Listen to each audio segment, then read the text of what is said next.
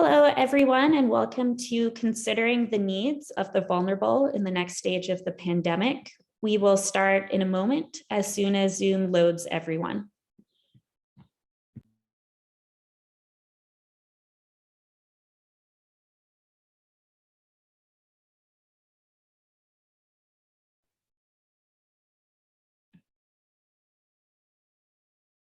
Hello, everyone. I'm Carmel Shachar, the Petrie-Flom Center for Health Law Policy, Biotechnology, and Bioethics at Harvard Law School's Executive Director.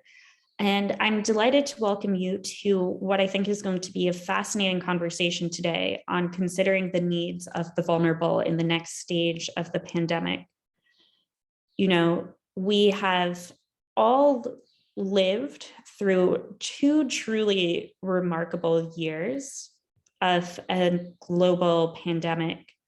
And at this point, I would say that pandemic fatigue is very real for all of us, be it I would love to go to a restaurant without weighing, will I walk away with not only a doggy bag of food, but also a COVID-19 infection, but also translating into our public policy and public health initiatives, that some interventions that felt very appropriate in spring 2020 now sit heavier on people. The Biden administration has certainly struggled to secure additional funding for COVID-19 countermeasures, which I think, again, is an indication of pandemic fatigue. Most states and municipalities have rolled back their mask mandates. We're seeing testing move from public health initiatives where the data is recorded to at-home testing, where if you test positive, nobody really gets that information. And so even our public health data looks very different than it did a few months ago. This conversation is designed to really think through how do we navigate this coming phase of the pandemic as we move from we're all in this together public health initiative focused spirit that we had in 2020 to, all right, well, what can we do if there's no end to this? What could be permanently part of the way that we go about life? There's a real need to think through what is the role of individual choices and what should be the responsibility of public health and medical leadership. There's a lot of talk of the new normal, the next normal, and I think an exploration of what exactly that means. Before we dive into that, a few housekeeping comments though. So this is a moderated conversation. We strongly encourage you to submit your questions because we want you very much to be part of this conversation. The best way to do that is to use the Zoom Q&A feature that you can find at the bottom of your screen.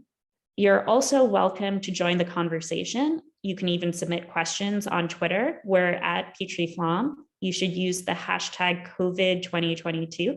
Sorry, COVID-22. Again, that's hashtag COVID-22.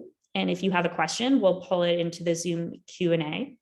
If you have any technical difficulties, please feel free to email us at petrie-flom@law.harvard.edu, and we'll do our best to solve it. If you like what you see, please sign up for our newsletter. It's by far and away the best way to find out about digital symposiums we're doing, scholarship our affiliates have put out, future events. We'll be a little bit light on events in the summer, but I can already tell you I have more events than I have available event slots for the fall. So keep an eye on that. And in the meantime, our blog, The Bill of Health, is very, very active even throughout the summer. We just wrapped up a great symposium looking at the framing of adoption as an alternative to abortion and how accurate that is, including very much bringing in the reflections of people who have been birth or first parents, adoptive parents, adoptees. I know that we have some fantastic symposiums planned in the future, including one looking at, is this the end of public health as we know it? That is perhaps very relevant to this conversation. Speaking of this conversation, I'd really love to introduce to you our three panelists in no particular order beyond how they appear in Zoom to me. We have Jasmine Harris, professor of law at University of Pennsylvania Carey School. We have Abrar Karan, infectious disease fellow at the Division of Infectious Diseases and Geographic Medicine at Stanford University, as well as Catherine McFarlane, associate professor of law, Southern University Law Center. So thank you three for being here. I'm going to open with a relatively uncomplicated question, but don't worry, because the questions are going to get a lot more complicated in the future. So the topic of this discussion is the next phase of the pandemic and how shifting public health expectations impact vulnerable individuals. Can you each take 5 minutes to let the audience know why you are part of this conversation, your opening statement, if you will?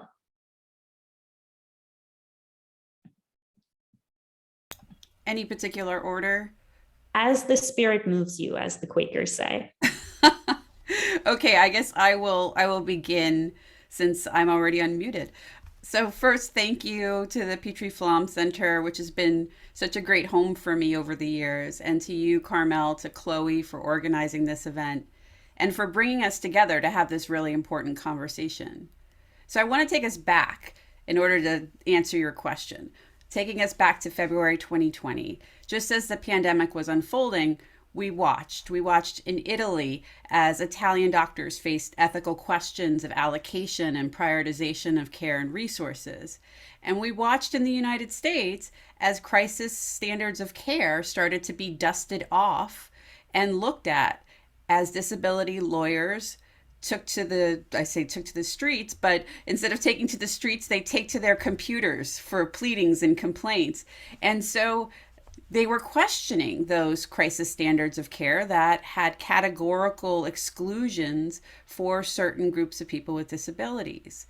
And as a disability legal scholar, I was paying attention as well, as many others here were also doing. So we watched as there were questions about PPE, essential workers, and long-term care. Schools were suspending special education services. So the rhetoric around the pandemic initially was that it would be the great equalizer. And almost anyone who does public health law or does disability law kind of rolled their eyes and had this visceral reaction to it. So I also had this visceral reaction, and it compelled me to write fairly quickly, and which is not something I normally do. And so I published an essay called The Frailty of Disability Rights. And the essay was pushing back on this framing and noting that disability has always been seen as negotiable and something that could be rolled back when needed to support broader non-disabled public interests. And so what was particularly striking here, and the notion of interest convergence that Derek Bell scholarship first coined, the notion that, yes, when the sort of majority wants to do something and it aligns with the interest of subordinated groups, that the policies will move forward. That's true across the board, but with disability, it's a little bit different. And the way we saw it play out was different. So I'm here because I believe I had these observations like others in disability law have had, but three in particular. One is this idea of the norm of disabled lives as less than non-disabled lives, right? So the notion that people with disabilities have unhappy lives, difficult lives, and this was seen as a legitimate point, right? This notion, like Liz Emmons talks about, the distinction between inside views of disability from people with disabilities themselves versus outside views and that disconnect. The other point that I really started to think about was the rhetoric of exceptionalism and expendability, combined with the cost narrative that's so prevalent in the disability rights literature. And this was a contemporary form of eugenics that we were seeing unfold, but no one would call it eugenics. And so I remember making the point in February or March to a reporter, and I said, this is Buck versus Bell. Go back and look at the language. And the reporter kind of said, "Oh, you're overstating the case." And so I pulled the language, and I'm going to read to you from Oliver Wendell Holmes's majority opinion from 1927. And in it, everyone focuses on the 3 generations of imbeciles are enough. But let me just back up to 2 sentences before that. And Justice Holmes, who is a revered jurist, as we know, says, quote, "We've seen more than once that the public welfare may call upon the best citizens for their lives." He was talking about soldiers here. "It would be strange if it could not call upon those who already sap the strength of the state for these lesser sacrifices." So here in the pandemic, it would be your life. So maybe not a lesser sacrifice. And back then talking about compulsory sterilization. But he goes on and he says, "For those lesser sacrifices, often not felt to be such by those concerned, in order to prevent our being swamped with incompetence. So it's better for the world if instead of waiting to execute degenerate offspring for a crime or to let them starve for imbecility, that society can prevent those who are manifestly unfit from continuing their kind." The crisis standards of care, the medical care rationing, the notion that you're okay with COVID unless you're immunocompromised or you're older and you're somehow vulnerable.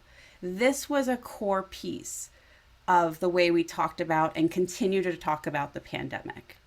And so that's the second point. And I promise I'm just going to make one final point to kind of frame why I'm here. And the third is this principle of reasonable accommodations. And so what we saw play out in the pandemic was the best and the worst of disability law. The best being that suddenly people understood structural universal designs were important, like remote work or mandatory masking. But the worst being that the way that the law is structured in disability is highly individualized. And so the costs of accommodation are really ones that fall on the individual. And so rather than thinking through either from a legal standpoint or from a policy standpoint, how can we change the built world at this really opportune moment, we've now moved back into continuing to place those costs for reasonable accommodations, if you need them, right, on the individuals.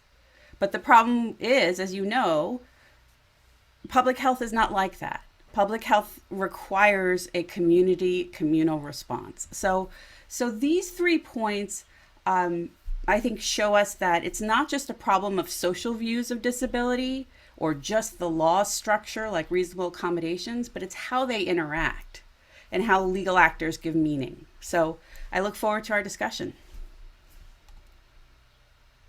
Wonderful. And I think you've really placed our current moment in a useful historical legal context. All right, Catherine Abrar, which one of you would like to go next? I'll jump in. Hi, everyone, and thank you so much to Carmel and Chloe for having me here. It's a wonderful panel to be a part of, and Petrie-Flom Center has been such a wonderful place for me. It's opened quite a few doors and given people access to the writings of someone who is high risk and disabled. So I think I'm here for 2 different purposes. As a disability law scholar, I'm concerned about high risk people with disabilities in 2 respects. I'm worried about them because people with disabilities are disproportionately poor. So there's the inability through financial realities to be able to really fully isolate yourself. So an easy example is, okay, well, we now know that fewer people in grocery stores are wearing masks. So the assumption becomes, well, if you're high risk, just have your groceries delivered. That is incredibly expensive. And so there's an inability because of financial circumstance to keep yourself safe from getting COVID-19. And because you're high risk for more serious illness, of course, but death. I'm also worried about high-risk people with disabilities who have to enter public spaces. They, for example, have to interact with healthcare providers, sometimes on a weekly basis for someone like me, 2 to 3 times a week. And there's been an assumption that those spaces are safe.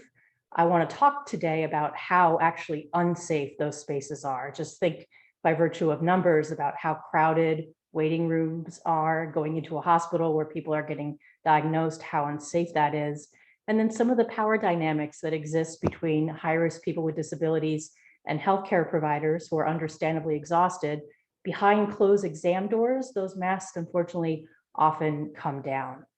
I'm also interested in the idea of people being at peace with high-risk people isolating themselves and losing their space, just being erased from public life. And I think to disability rights movements and the insistence on integration and the insistence on people with disabilities being present. I've also been thinking about how maybe the idea of who's vulnerable is a bit of a social construct, right? We have certain medical conditions that may be incurable, may be chronic, but whether people are actually vulnerable in all public spaces is really a function of what we do with respect to universal mandates like mask mandates. I'll also close by being quite honest and transparent about how this affects me personally. I'm a high-risk person with disabilities as a result of my rheumatoid arthritis diagnosis. I know there are healthcare providers, so I'll be even more specific. I take Remicade and very high doses of methotrexate, which means I'm incredibly immunosuppressed. I recently had surgery, so I'm on high doses of steroids, which that's 3 medications now that make me immunosuppressed. And most relatably, I think, and this is an experience that I think needs to be talked about more, I'm in healthcare settings where I have to constantly negotiate and beg people that provide healthcare that I can't get anywhere else to put their masks on. What's an example? Heading into surgery where my mask was not going to be on, I had to ask my anesthesiologist assistants to pull their masks above their nose. Every day I go into a healthcare setting, it's a battle, and it's scary, and it's happening to people who are much less privileged and have less status than me. So I love the composition of this panel. Like I said, I love everything that Petrie-Flom does. So I'm looking forward to participating from all those perspectives I just shared. Thank you for that opening remarks, as well as being very candid about your particular situation in reference to this topic. I won't say that we saved the best for last, but I'll say we saved the equally best for last. Abrar, if you'd like to take the floor. Yeah, thank you. Thank you so much for having me. And thank you so much for what was shared by my panelists. Really, as a clinician and as a researcher, I was able to see sort of 2 sides of the pandemic. So one of them was what I saw clinically from early 2020. And it was pretty clear, from the first day in the emergency room, that the people that were being affected most right off the bat were people of color working frontline jobs and their families. There was no way to safely isolate. They were in the emergency room. Their families were people that were middle-aged, who didn't have any comorbidities, were requiring intubation. People who were elderly, their parents were in the ICU. I remember distinctly or a man whose father was in the ICU, and that man was in the emergency room with us. And, when he was short of breath, he was on high flow oxygen, and we were asking him, where's your father? And he said, he's in the ICU, but they just called me saying that he's not going to make it and I can't be up there with him. And these are real things that happened. I know many of us have experienced or know personally close family who have died during the pandemic. There were disproportionate outcomes from the start, because when we were telling people to stay home, that messaging really overlooked those who couldn't stay home, those who had to work frontline, those who weren't able to get paid time off, those who had to make a decision between getting sick or feeding their families. And this is not new. As I've worked in global health since 2007, and these are the same stories that we would hear from villagers in India that I worked with, who essentially could not see because they had cataracts, but they could not go to get a free surgery because that means losing a week of work and not feeding their family. And they actually said no to free surgery for that reason. And, this kind of inequity has been present for so long. And in so many countries around the world, we saw that the same groups were getting infected, those frontline workers who did not have the benefits of being able to stay home, who did not have access to primary care physicians, the right information. They may have been hearing information or misinformation on news sources, and otherwise had a hard time kind of making sense of left and right. And we had these conversations with people, but unfortunately we saw them once they were already sick in the emergency room or in the hospital.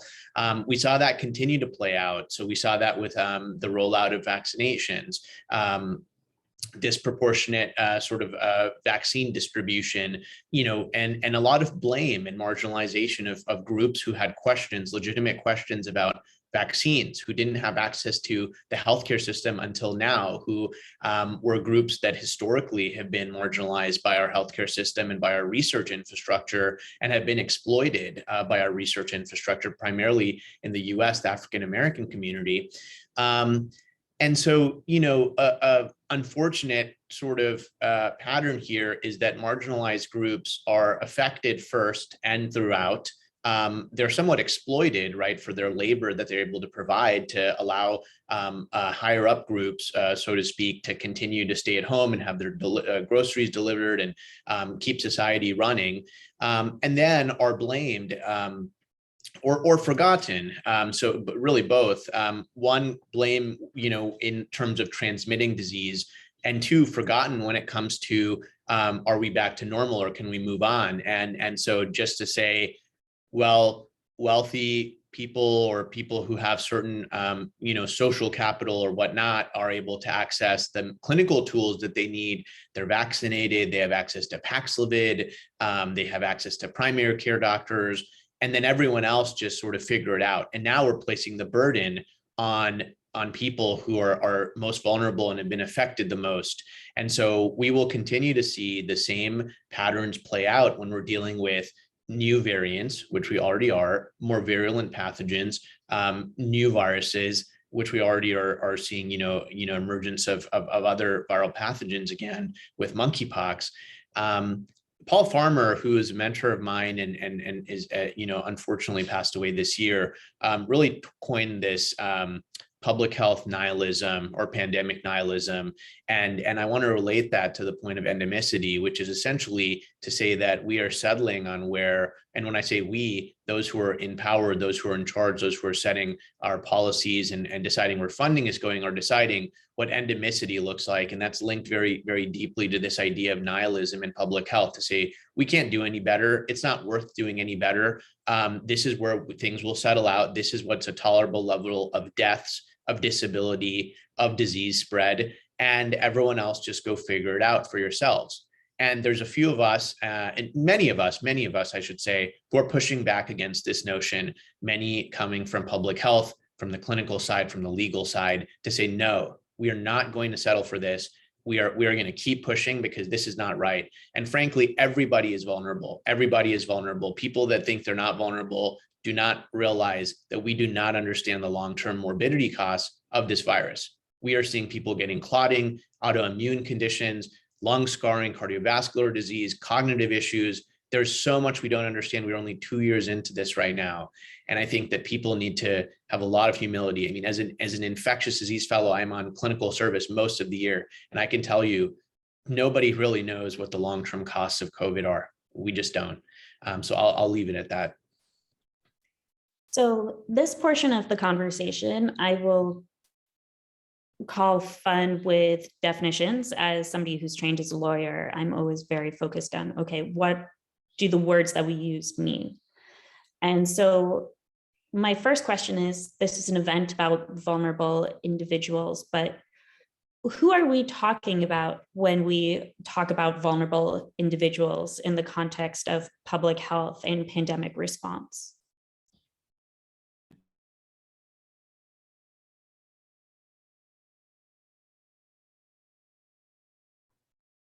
So I think it certainly includes high-risk people, and my perspective has been focused on high-risk people with disabilities. I think it also means poor people, people who have limited access to healthcare, limited ability, as I mentioned, to keep themselves away from situations where they're going to be in greater danger of contracting COVID-19. And in some ways, I don't think this is how everyone else uses it, but the vulnerable are the people that we care about, that society cares about the least. So for example, incarcerated people, by virtue of so many conditions, including the close proximity to others in which they live, are some of the most vulnerable right now. So it has different meanings depending on who's employing it. I think when the CDC says vulnerable, they're speaking to people who are medically vulnerable. I'd broaden it to, as I mentioned, poor people and those who have very little social status, if any.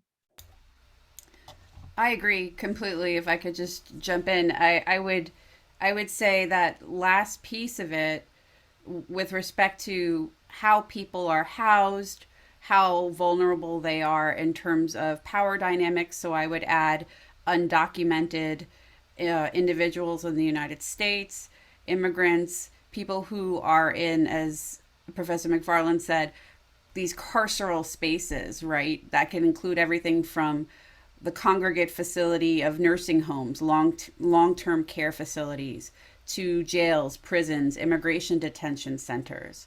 All of these warehouses are designed architecturally as warehouses. So just to add on to that definition. And, just to totally agree with what's been said, and just to point out, how much the clinical definition of vulnerable misses all of these other aspects, right? There's constantly this humongous gap whereby we say people are clinically vulnerable because they have XYZ health condition, but those conditions are driven by upstream factors, right? Incarceration, lack of housing, lack of social capital to be able to tap into if you get very sick. And clinically, there is a disconnect, because a lot of times as doctors, we're looking at kind of, what do you have? Diabetes? Do you have hypertension? There's only so much we can do on the inpatient side when we have a very short amount of time or window to really address a lot of these upstream factors that I think are so much related to the lack of basic universal income, universal healthcare, and so much more. So one thing that I would like to add, because as a moderated discussion, I'm going to insert myself into the discussion, is just that the definition of vulnerable can be fluid. So I will say, from my experience, last year I was pregnant, which raised my risk of a poor outcome if I had gotten COVID at the time. And I had a close family member who was being treated for cancer. This year, that's not the case. So perhaps I would remove myself from a vulnerable bucket, but all it takes is kind of a doctor's appointment that gives you new information about your health status, or maybe a loved one's health status shifting that, I think very few people could possibly be privileged to say, I know that I'm not vulnerable now, and I know that I will never be vulnerable. But continuing on this theme of definitions, the next definition that I want to work through is this idea of new normal, of next normal. I think we've all read news articles, magazine articles, heard it in podcasts, in TV media, people using this phrase. What do you think people mean when they say new normal?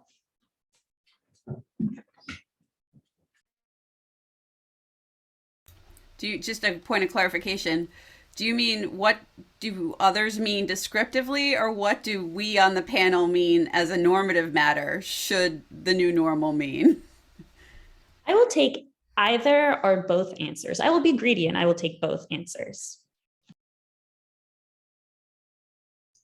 Yeah, I think this really depends on kind of who you're talking to, and a lot of how people see the new normal is a reflection of their privilege, of the capacities that they hold, of the networks and resources that they're able to tap into.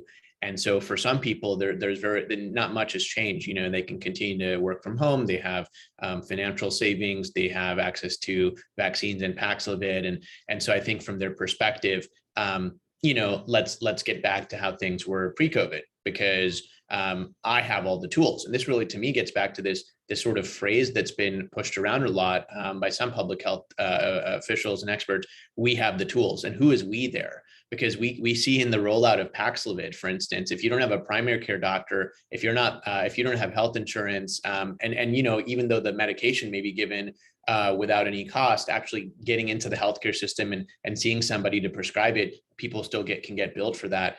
And then beyond that, geographically, are you in an area where you're close to a clinic that knows about it, or are you somebody that even knows that you should be asking about this, or do you even have access to testing to know that you have COVID? So to me, it gets back to like the new normal is often associated with this "we have the tools" push. But that we is not nuance. It's not, if you really push on that we in that sentence, you'll find that not everybody has those tools, and the new normal is really a continuation of inequity.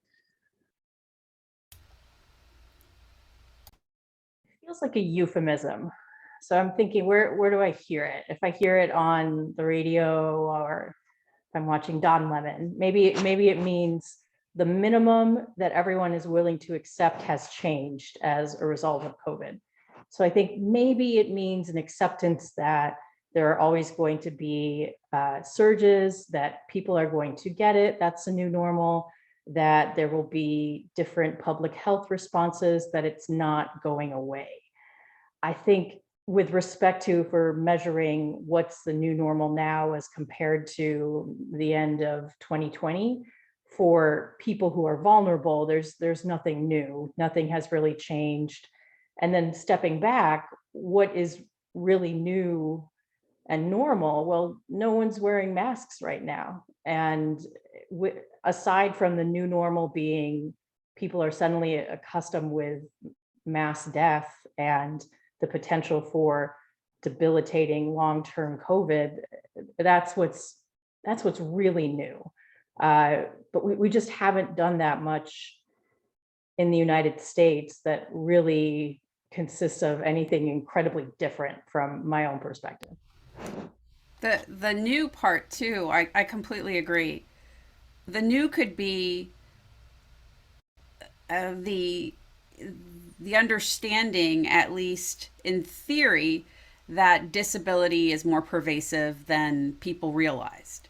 So that's, again, it might be aspirational, but the notion of long COVID, for example, I think that we need to embrace the fact that long COVID is not only here, but it can really open people's eyes to the pervasiveness of disability before COVID, and how we're welcoming people into the disability community during and after COVID, whether it's endemic or not.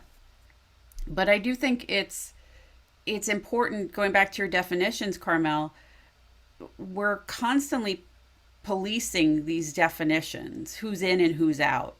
So who has COVID? What does COVID mean? Who is vulnerable, right, from a medical perspective or from a legal perspective? And I think there's an opportunity, whether we take it or not remains to be seen, but to understand that disability isn't just a narrow category of people who have visible markers or people who are the most severe, but it is a continuum, and a continuum means that we're all on it at different moments in time, temporally, in terms of functional capacity. So I think, going back to these definitions, we have the opportunity to make the new normal one that's inclusive. Query whether we're going to actually do that. Another question I had based on, here are common framings in the media that I see is that I feel like oftentimes the debate of how to move forward in terms of response to COVID feels weighed as public health versus another social good. So you could have public health, but you can't have the economy. You could have public health, but you can't have education for children. Why do you think that framing is prevalent? Do you think it's fair? What might a more accurate framing be if you don't think that it is fair? Well, as I mentioned in my opening remarks, I think part of it comes from this notion that in disability law, disability rights exist and can exist unless they're an undue burden, right? And so there are all these defenses around cost and inconvenience that are built into the law itself and accepted as an okay thing. And so the perception that disability rights or rights at all are negotiable is not something that you see in the race context or in the gender context or children's rights. We just don't see that. And yet it's contingent in the disability context. So I think that history is particularly important and spills over into our understanding of public health. I also think part of this, I worked on the Massachusetts public health response for COVID in most of 2020 as a medical fellow to the health commissioner for the state. And, early on, many states employed sort of a form of lockdowns, not lockdowns per se, but that term sort of came to represent what was, which was shutting down a lot of businesses, shutting down a lot of public events such that we could basically stun viral transmission and figure out what was going on. Early on in 2020, in May 2020, I wrote an article with two of my colleagues, which basically said, as we reopen, because you remember back then, after what happened in March and April, there was a push by states to reopen in May 2020. And at that time, the question is, how do you reopen safely? Because we know the virus is still circulating. We know that we're still vulnerable to surges. We didn't have vaccinations. We had some antivirals, but not everything that we have now. And essentially, one way to do that would be to provide people with high filtration masks, like N95 masks or N95 or KF94, because if you really think about it, those can protect people as they work, right? So people that were working in factories, people that were working in all the frontline jobs that had put them at highest risk of getting infected could have been protected with PPE that we knew existed already. And so actually, good public health measures, good public health interventions could allow for both to happen. And if you didn't do either, if you just said, let's reopen without providing those resources, then what we saw happen and continue to happen is that people get sick, workers get sick, and then there's major disruptions to the economy and whatnot. And so the framing that you either get a good public health response or you get to keep other things open like the economy is really a misframing. And it's not looking at this the right way. If you had a good public health response, that is actually beneficial to keeping other things open and running and moving because people are healthy. Healthy people can work. Healthy people don't have to worry about going out and socializing and contributing to the economy. And so I think the big parts of it, and we should have learned this 2 years ago, and many of us are still pushing this, provision of high filtration masks and better ventilation and filtration in shared indoor spaces where the virus transmits most effectively. And I think when we are able to implement these tools, these public health tools, I don't want to say the tools like the clinical tools, but these public health measures that can keep people protected, you can have both things happen. And so I think they work together, and this framing that you get one or the other is incorrect. I agree with those astute comments from my co-panelists. And it's interesting, in my mind, we haven't had a significant or a meaningful lockdown on a nationwide basis. We haven't really yet been able to have a truly committed public health response in the way that maybe some countries like Italy have, for example.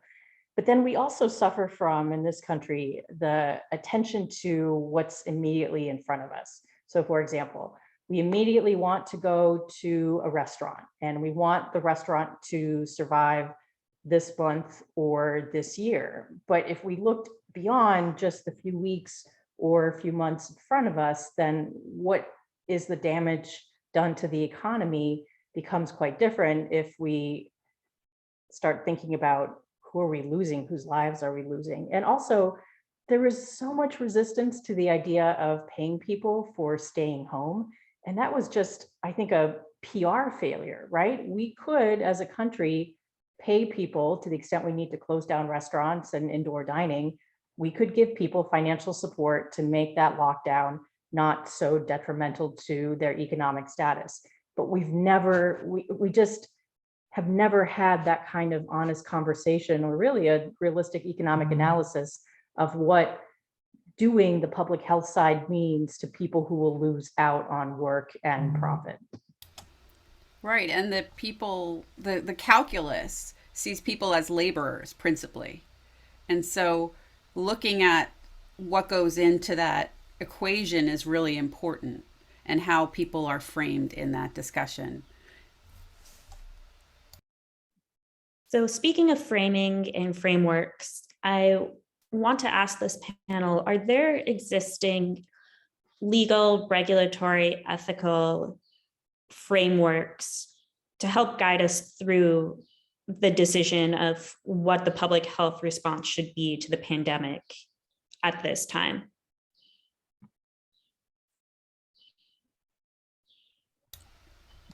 So I always come from an accommodations standpoint. That's my area of focus, and I helped co-author a amicus brief in a case in Texas in which children with disabilities want to be in the classroom, but need their teachers and their classmates to mask.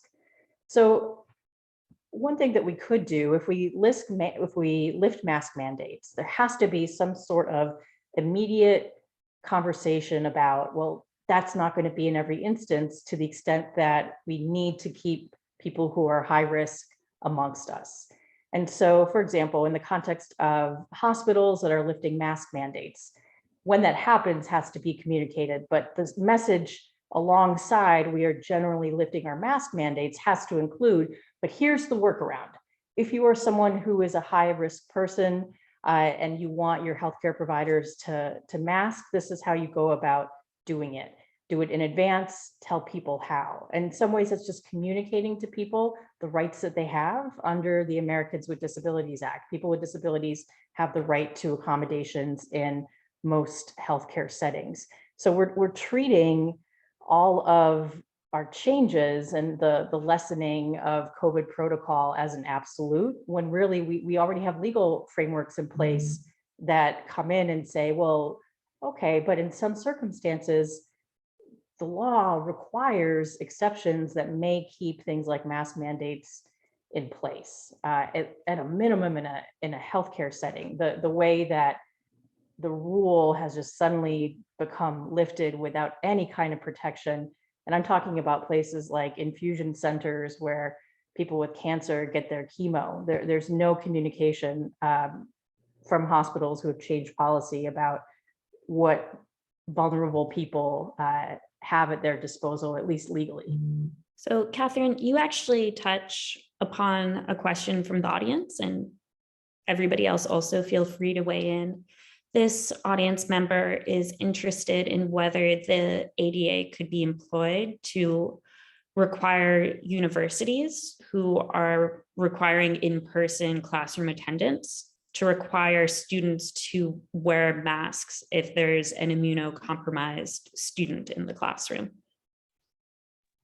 So I think so. And I've encouraged people at least to ask. As Jasmine mentioned, we always think about accommodations in terms of whether there's an undue burden. To the extent that the universities, until a few weeks prior, required everyone to wear masks, I think you have a good argument that it's been done and it can continue. I would encourage anyone who's high risk in an academic setting to treat a request that those around them be masked as a request for a reasonable accommodation and go through their disability services office just as they would to get an accommodation on an exam, for example. And that any university that's announcing an outright lifting on masking needs to also be conscious of their responsibilities under the Rehabilitation Act and the ADA.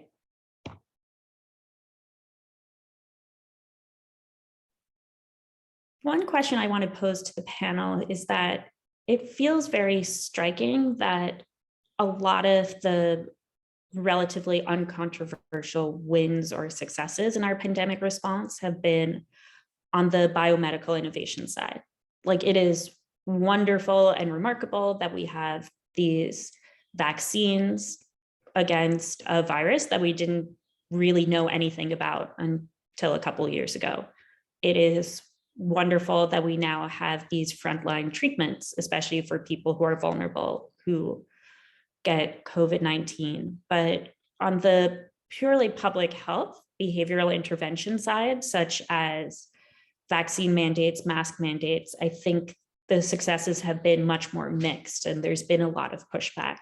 Why do you think there's that disparity between everything that's unfolded on the biomedical side and everything that's unfolded on the public health, social intervention side?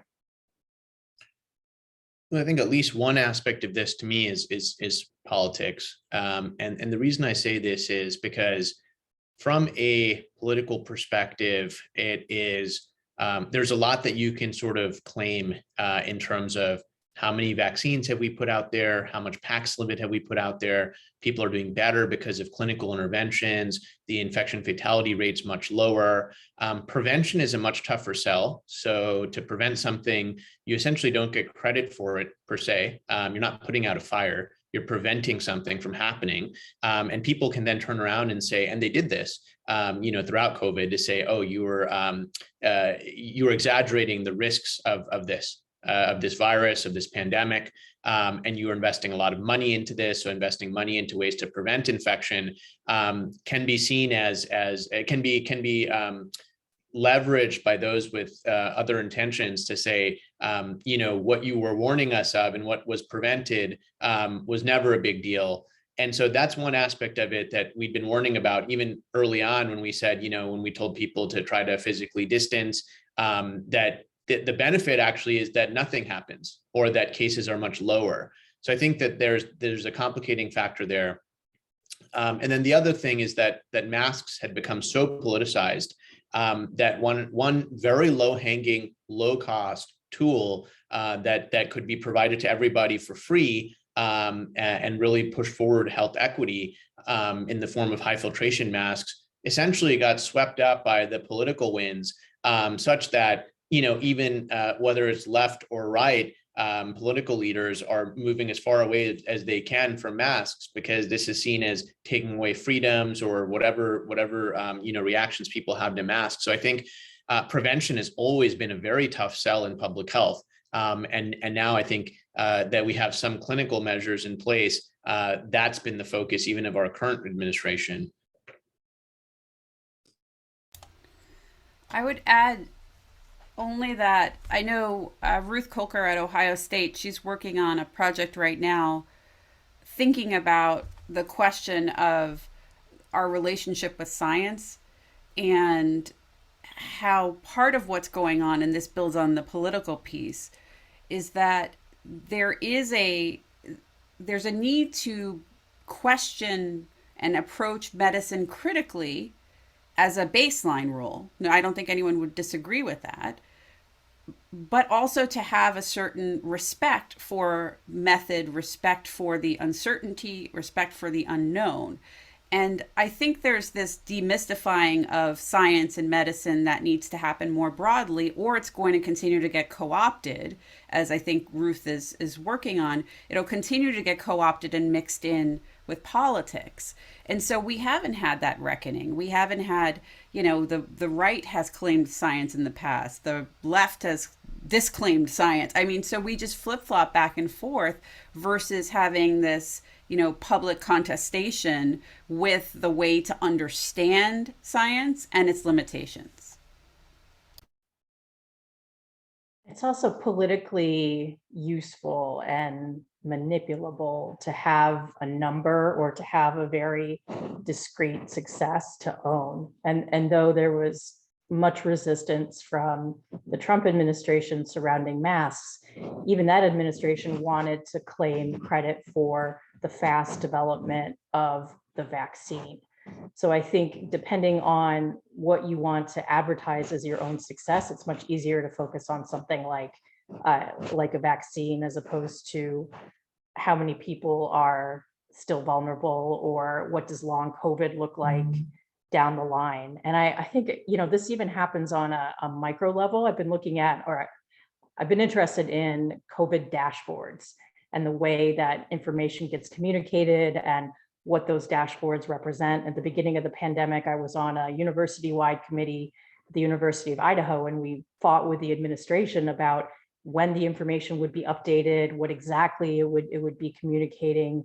And so there's a way to communicate, even depending on what kind of snapshot you take, either positive or negative news. And I'll stop talking in a moment, but along those lines, I'm in Louisiana now. The community level, according to the Louisiana COVID dashboard, is low in Orleans Parish, where New Orleans is located. But if you look at the CDC dashboard, the community level is medium. And I think that's become because they update on a different date, but things look really rosy based on the Louisiana dashboard, which becomes a strong political talking point for those in control of the state's COVID response.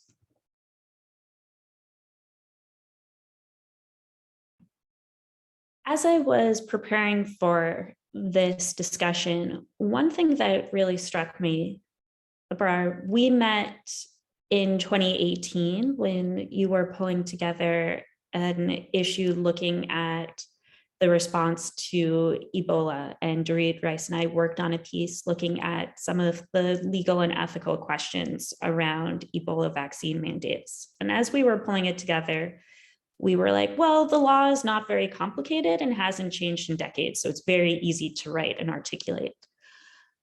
I am not sure right now I would describe the law around vaccine mandates, at least in this country, as settled or longstanding and simple at this point. What does it mean for the rest of our public health response that courts are reopening some public health legal questions?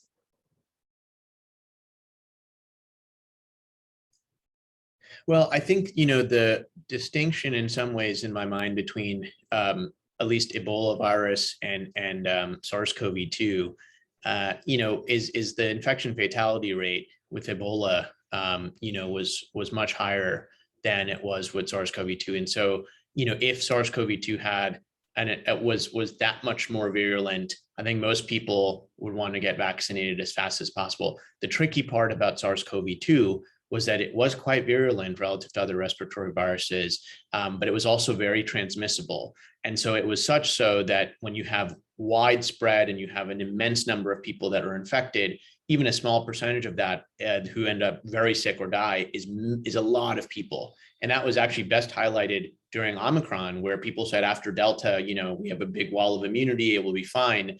And then Omicron just swept through, and there was more deaths during Omicron than there were during Delta. And so I think that part of it is sort of, how much are people going to push back against a vaccine is sort of their perception of how much of a problem this individual virus is. And I think between Ebola, which had a lot of media coverage and people are very scared of Ebola, if we had an airborne Ebola, for instance, not that that would happen, but hopefully. You say it won't happen. Right, yeah, you wouldn't have to, worry as much about people pushing back against getting vaccinated. And so I think COVID made it very complicated because of the balance between extremely transmissible and still virulent enough. But for many people, they felt like their individual risk was still low enough that they were pushing back against getting vaccinated. So we actually have a really fantastic question from the audience, which goes near and dear to my heart because it's a question about definitions. This attendee writes, I'm interested in what the right definition of public is. I remember that American individualism was blamed for a lot of the pushback against public health measures.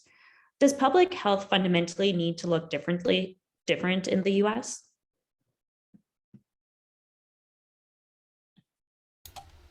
That is a lovely and huge question. So I will take a very small piece of it and throw it out there. I think the answer is yes, that at least the people I think on this panel will certainly say that public has been defined too narrowly over time. It's been limiting again, but public health needs that new frame. And so one thing that I like going back to frames is I like the vulnerability frame that Kat discussed, which is this notion of how do you expand it to show the interconnectivity, right? The ability of us to see ourselves as interconnected and affecting the health of each other.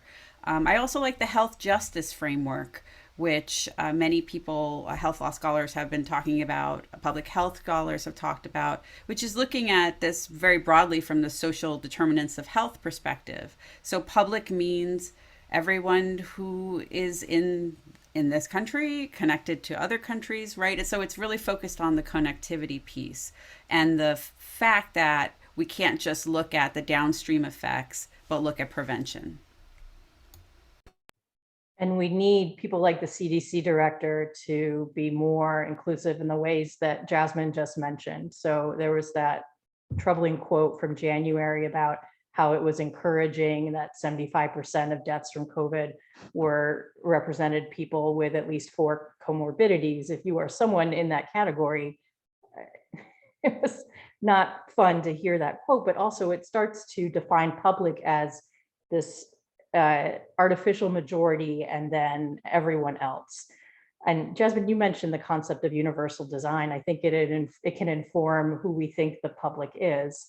So if the public is everyone, including high-risk people, but also everyone who has the potential to develop long COVID, then everyone, the public, meaning everyone, needs to be masked right now. And from a public health perspective, I was thinking, what do we need now? Well, we need masks back in place. We need more rigorous vaccination requirements. But I think our messaging about long COVID has to be louder, more severe, and applicable to every single person. Trying to think of solutions and what we can do better. Messaging on long COVID may be this window of opportunity. So I think it's interesting because, when we talk about the public, it reminded me of the question we had talked about regarding vulnerability. And, even despite the fact that I think, everybody is vulnerable until we have a better understanding of this virus, you are probably one person away from somebody that is very vulnerable and has significant risk factors, right? And with something this transmissible, does that not also make you just as vulnerable as them, as your grandma, as your uncle, as your aunt, as your neighbor? Because you essentially get infected, asymptomatic or pre-symptomatic spread with something as transmissible as Omicron and their subvariants. You are basically just as vulnerable as that person because you can transmit to them so easily. And so there's no way you can visualize or view this as just an individual. You are so deeply connected to people around you that the idea of public has to include all of us. It cannot just be individual units. But I think that's the trouble with things like vulnerable, that if we want to expand its meaning, we have to also counter the valence question, where people don't want to in this country be seen as mutually vulnerable, mutually connected. And so, and that goes back to, again, people as laborers, who we value, who we don't. Jasmine, that actually is a great segue into my ending question to you all. So I don't know who here watched The Good Place, the sitcom with Kristen Bell, but it started out as a meditation on what it meant to be a good person, but really ended, and this is not a spoiler, on what do we owe each other? And I want to pose that question to you. From the last 2 years, looking forward at the next 2 years, 10 years, 20 years of COVID-19 in our lives, what have we learned about what we owe each other?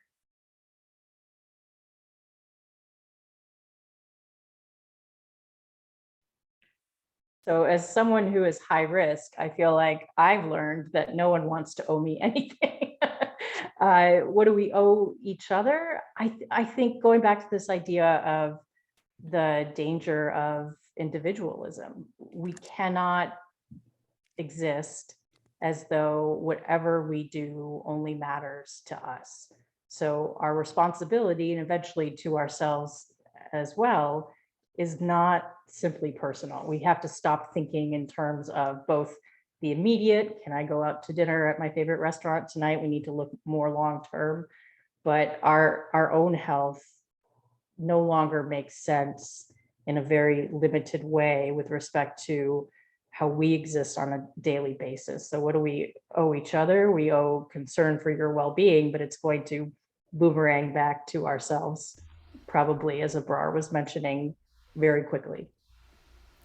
I would say what we owe each other as well is even recognizing social distance. Social distance means only some people can socially distance, right? So again, understanding privilege as a part of that interconnectivity and how your ability to survive is really dependent on so many others who don't have that privilege.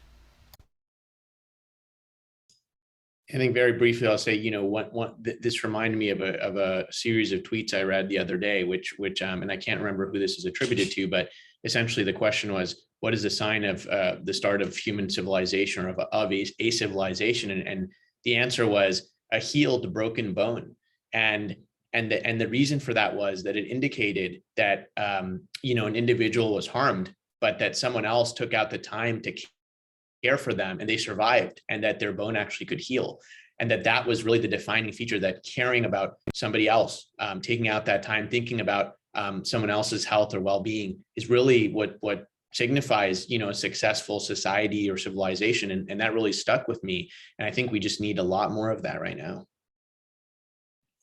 Well, I owe you all a lot of gratitude for taking time out of your very busy day to have this discussion with me. I feel like it gave me a lot of food for thought about how my choices impact others, what I would hope public health leadership in my community looks like in the next several months, several years, etc.